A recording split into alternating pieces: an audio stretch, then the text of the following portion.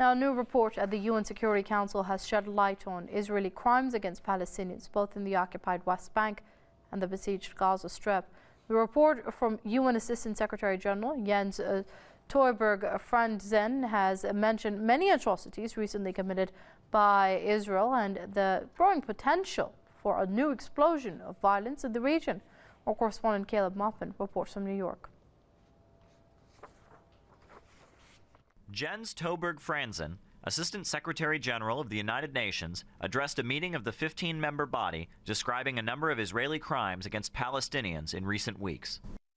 Serious incidences have included Israel police shooting and killing an Israeli Arab man in the village of Kafra, Canaan in northern Israel on 8 November, alleging that he had threatened them with a knife.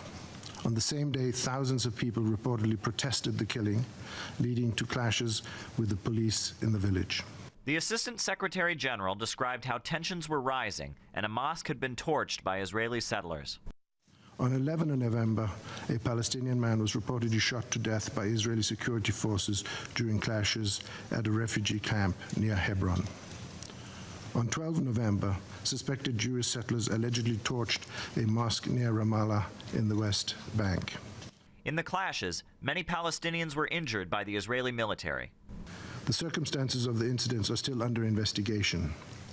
During the reporting period, a total of 494 Palestinians, including 60 children and 8 women, were injured by the IDF in the West Bank. 8 IDF soldiers were also injured. Frandzen called for negotiations, saying that tension is constantly rising.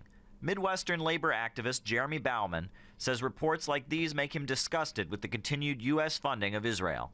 I would rather see my money, my tax dollars, go towards jobs, employment, housing, to healthcare, rather than going to Israel, rather than being spent on endless war that the United States knows nothing other than to do, and murdering innocent people.